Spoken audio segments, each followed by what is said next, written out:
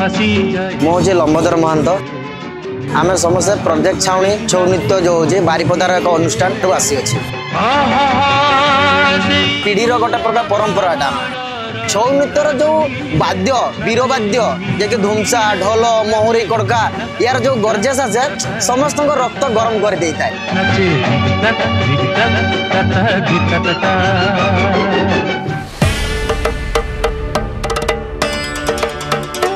प्रथम तो यहाँ छौ नृत्य आम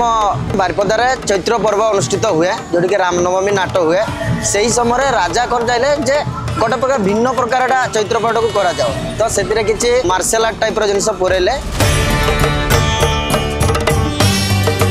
जमती England America out of country भी लोक आम चाहूँ आम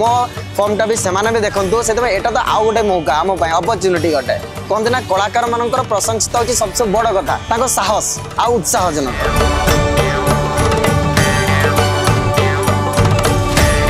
तो आमर आशा जे यही छौ नृत्य को आम विभिन्न जगह को आम विस्तारित करूँ कलाकार मान गोटे इच्छा निज कला को विस्तार करवा।